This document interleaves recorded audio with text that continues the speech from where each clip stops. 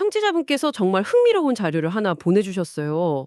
배우 이준 씨와 정소민 씨의 관계를 분석한 보고서인데요.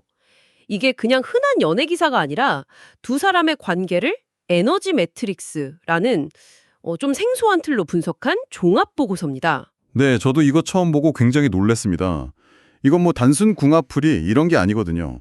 시냅스트리 분석이나 커플 호환성 매트릭스 같은 좀 전문적인 도구를 써서요. 눈에 보이지 않는 두 사람 사이의 에너지 역학, 또 갈등의 진짜 원인이 뭐였는지, 그리고 왜 그런 결말로 갈 수밖에 없었는지를 설명하고 있더라고요. 맞아요. 보고서 표현이 되게 강렬해요. 이 관계의 핵심을 역반사 거울의 역설, 또 환영의 매트릭스다 이렇게 부르는데 솔직히 처음엔 이게 무슨 소린가 했거든요. 근데 읽다 보니까 아 하고 고개를 끄덕이게 되는 지점들이 있었습니다.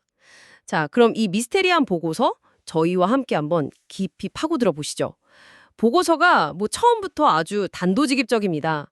이 관계를 지배하는 에너지가 딱 하나 있는데 그게 바로 숫자 18로 상징되는 달의 에너지.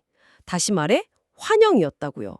여기서 말하는 그 환영이라는 게 정확히 어떤 의미일까요? 말 그대로 진짜가 아닌 것을 의미합니다. 뭐랄까 안개나 신기루 같은 거죠. 이 보고서는 두 사람이 처음 만났을 때부터 서로의 진짜 모습이 아니라 각자가 마음속으로 그려온 어떤 이상적인 이미지를 상대방에게 투영하고 사랑에 빠졌다고 분석해요. 아, 내게 없는 무언가를 채워줄 완벽한 사람이다.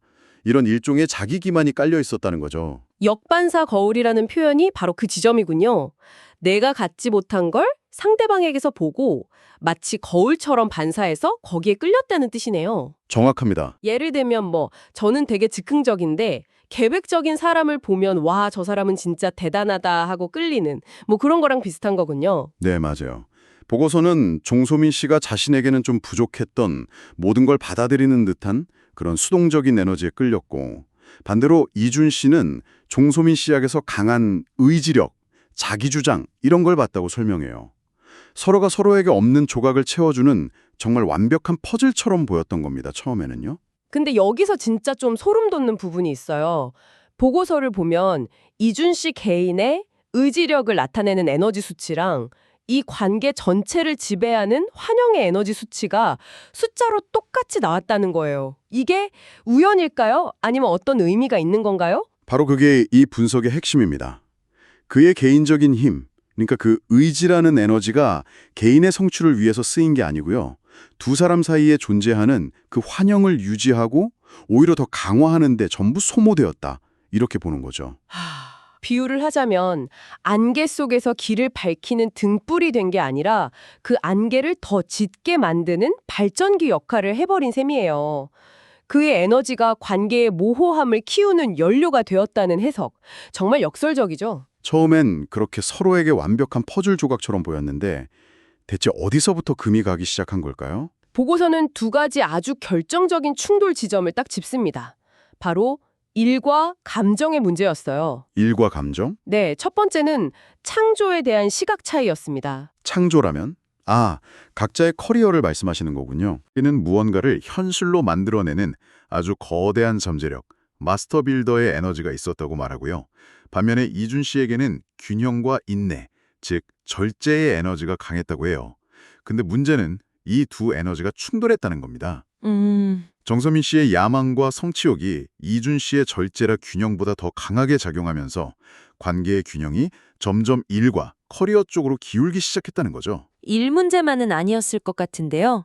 두 사람의 감정적인 교류, 여기에는 문제가 없었을까요? 그게 바로 두 번째, 그리고 어쩌면 더 근본적인 갈등의 축이었습니다. 보고서는 두 사람의 감정 에너지를 거의 정반대로 묘사를 해요. 정소미 씨는 감정적으로 모든 걸 내어주고 상대를 치유하려는 치유자에 가까운 에너지를 가졌던 반면에 이준 씨는 과거의 상처 때문에 마음의 문을 아주 굳게 닫은 방어적인 상태였다는 거죠. 아, 한쪽은 계속 문을 두드리는데 다른 한쪽은 문을 그냥 걸어 잠그고 있는 그런 그림이네요. 네, 특히 보고서는 이준 씨의 그 방어적인 마음을 상처 16이라는 코드로 표현하는데요. 이게 붕괴, 혼돈, 갑작스러운 상실에 대한 아주 깊은 두려움을 상징하거든요. 그러니까 정소민 씨가 아무리 치유의 에너지를 막 쏟아 부어도 그게 이준 씨의 그 두려움이라는 단단한 벽을 뚫지를 못했던 겁니다. 결국 여기에서 비극이 시작되는 거네요. 한쪽은 마음을 열고 계속 다가가려고 하는데 다른 한쪽은 또 상처받을까봐 두려워서 철벽을 치고 있으니 그 노력이 가닿지 못하고 그냥 허공에 흩어지는 느낌이에요. 보고서에서 이걸 정소민 씨의 순교자적 노력의 실패라고 표현했더라고요. 그렇죠. 그리고 그 실패는 결국 그녀 자신의 고독감을 더 깊게 만드는 결과로 이어졌다고 분석을 합니다. 사랑을 주면 줄수록 더 외로워지는 그런 아이러니한 상황에 빠진 거죠. 이렇게 의지랑 감정, 양쪽에서 균열이 생기면서 관계가 무너지는 건 정말 시간 문제였겠네요. 보고서는 이 붕괴 과정을 파괴의 순환이라는 말로 설명하던데요. 네, 그 용어가 좀 무섭게 들릴 수는 있는데 사실은 우리 주변에서도 흔히 볼 수 있는 악순환의 고리를 말하는 겁니다. 이 관계에서는 자유를 향한 갈망, 이게 그 시작점이었다고 해요. 자유요? 네, 각자 자유로운 활동이나 개인적인 공간을 원해서 서로에게서 조금 거리를 두는 거죠. 그런데 그 거리가 관계의 불안정함을 만들고 그 불안함 때문에 스트레스를 받아서 다시 서로에게서 더 멀어지는 패턴, 이게 반복되었다는 겁니다. 아, 우리 생각할 시간을 좀 갖자 했는데 그 시간이 오히려 둘 사이를 더 멀어지게 만드는 딱 그런 상황이군요.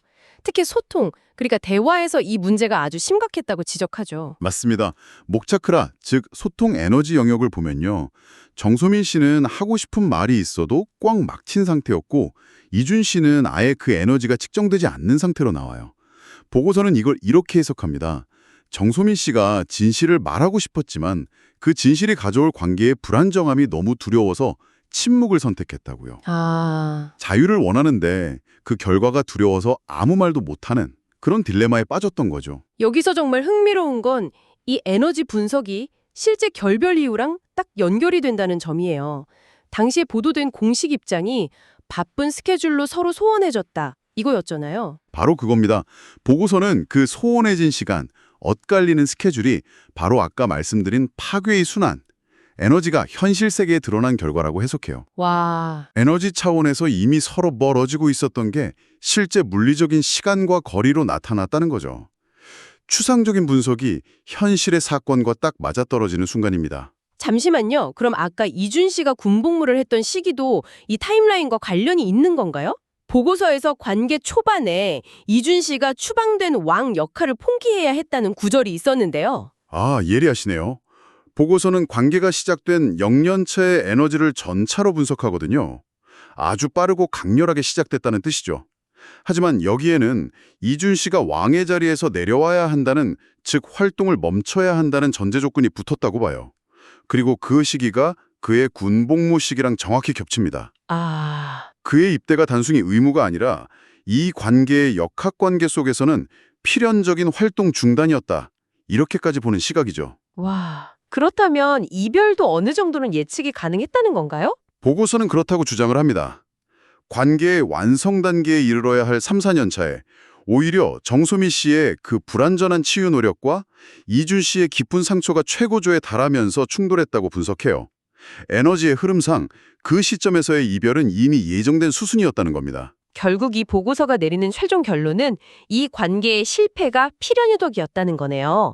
심지어 두 사람 각자의 성장을 위해서는 꼭 필요한 실패였다고요? 네, 그게 이 분석의 가장 핵심적인 통찰인 것 같습니다. 두 사람이 함께 있는 동안에는 서로가 만들어낸 그 환영이라는 안개 속에서 서로에게 기댄 채 살아가고 있었기 때문에 진짜 자기 자신을 마주할 수가 없었다는 겁니다. 각자의 개인적인 과제를 해결할 수 없었던 거죠. 함께 있었어는 진짜 나를 찾을 수 없었다. 아니라 각자의 성장을 위한 졸업식이었다고 표현하는 겁니다. 오늘은 정말 독특한 보고서를 통해서 한 커플의 관계를 깊이 들여다봤습니다. 에너지, 차크라, 상징 이런 낯선 도구들로 관계 시작부터 끝까지를 하나의 이야기처럼 풀어내는 방식이 굉장히 인상 깊었습니다. 맞습니다. 이 분석의 목적은 누가 잘했고 누가 잘못했다, 이걸 가리는 게 아니잖아요.